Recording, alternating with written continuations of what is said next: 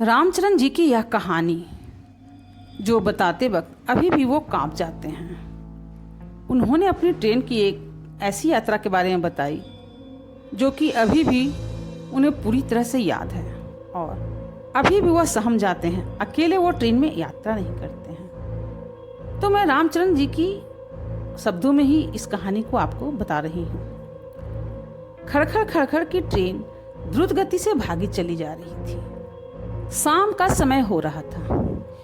तेज बारिश और बीच बीच में बिजली की चमक एसी कोच की खिड़कियों से अपनी उपस्थिति दर्ज करा रही थी। केबिन का एकांत और एक भयावह मौसम मुझ जैसे डरपोक आदमी को भी डरा रहा था। थोड़ी देर के बाद गाड़ी के पहियों की रफ्तार कम हुई और एक स्टेशन पर रुकी। बारिश इतनी ज्यादा थी कि मैं उस स्टेशन का नाम नहीं पढ़ पा रहा था। मैं अपने केबिन में अकेला ही था और इसी उधेड़-बुन में था कि कोई सहयात्री आए जिससे मैं बातचीत करते करते आगे का रास्ता आसानी से काट सकूं। और अकेले था तो एक अंदरूनी भय भी मेरे अंदर जाग चुका था जिससे मुझे निजात मिल सके। तभी किसी ने केबिन का दरवाजा खटखटाया और एक शांत सा दिखने वाला व्यक्ति केबिन में दाखिल हुआ। वह अपना सामान आदि व्यवस्थित करने के बाद मेरी तरफ देखकर मुस्कुराया और मेरी तरफ हाथ आगे बढ़ाकर उसने अपना परिचय दिया। मैं मिस्टर मिलन हूँ।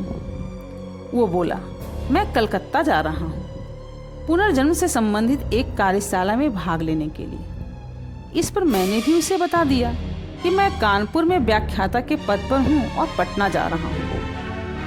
थोड़ी ही देर के बाद उसने कुछ खाने का सामान निकाला और मुझसे भी खाने का आग्रह करने लगा। परंतु मैं बहुत ही संशंकित व्यक्तित्व का प्राणी हूँ।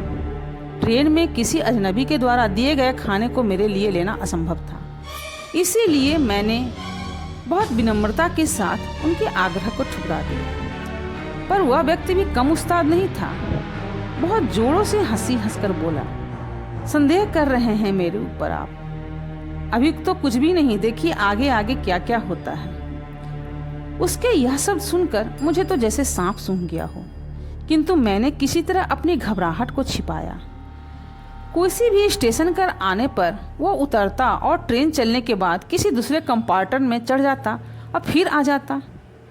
मेरे पूछने पर बोलता कि बीच बीच में रेलवे की नौकरी भी मैं कर लेता हूँ। थोड़ी ही देर के बाद मैं और वह दोनों ही विभिन्न विषयों पर चर्चा करने लगे।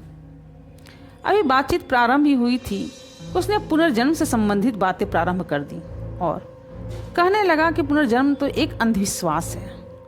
और थोड़ी ही देर के बाद उसने मुझसे पूछा, क्या आप भूत प्रेत पर विश्वास करते हैं? इस पर मैंने कहा, बिल्कुल। मेरे ऐसा कहने पर वह जोर से हंसा और बोला, यह सब बकवास है। मुझे भूतों पर विश्वास नहीं है, किंतु भूतों के अस्तित्व को मैं मानता था। रात अपने चरम सीमा पर थी।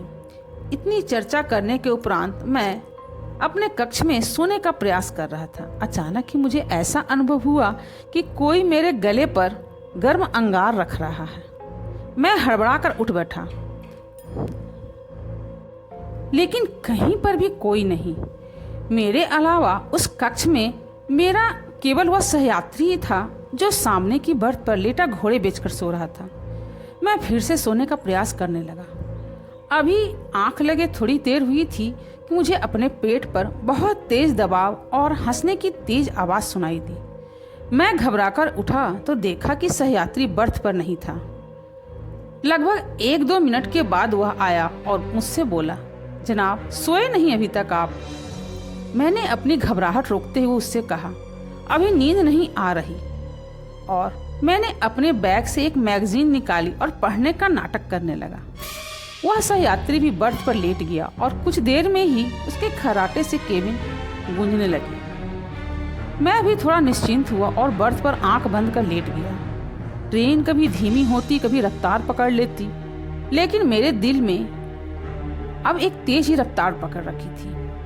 भय और घबराहट के कारण मुझे लघु शंका की इच्छा होने लग रही थी और मैं धीरे उठा और टॉयलेट की तरफ जाने लगा। जैसे ही मैंने टॉयलेट का दरवाजा खोला तो मुझे वह सहयात्री अंदर दिखा। मैं उसे देखकर चिल्लाते हुए अपने बर्थ की तरफ भागा। देखा तो वो सहयात्री इत्मीनान से अपनी बर्थ पर सो रहा था। मैंने घबराहट में उसे जगाया तो वह बोला, अरे क्या हुआ? वह इतना मासूम लग रहा था जैसे कुछ जानता ही नहीं। मैंने उससे पूछा, आप यहाँ भी हैं और वहाँ टॉयलेट में भी? इतने पर ही वह कुटिलता से हंसा और बोला, मैं कितने ही रूपों में कहीं पर भी रह सकता हूँ। इतना बोलकर ही वह अचानक से मेरे सामने ही अदृश्य हो गया। मुझे अपनी आंखों पर विश्वास नहीं हो रहा था। मैं घबराहट में चिल्लाने लगा और अपने कंपार्टमेंट से बाहर निकलकर दौड़ पड़ा और आगे जाकर मैंने टीटी को यह सारी बातें बताई। टीटी को लग रहा था जैसे मैं कोई पागल हूँ और सिरफिरे की तरह बातें कर रहा हूँ। टीटी काफ़ी परेशान हो गया मुझे समझाने के लिए कि ऐसा कोई भी नहीं था।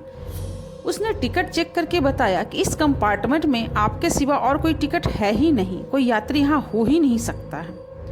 परंतु मैं उसे कैसे बताता।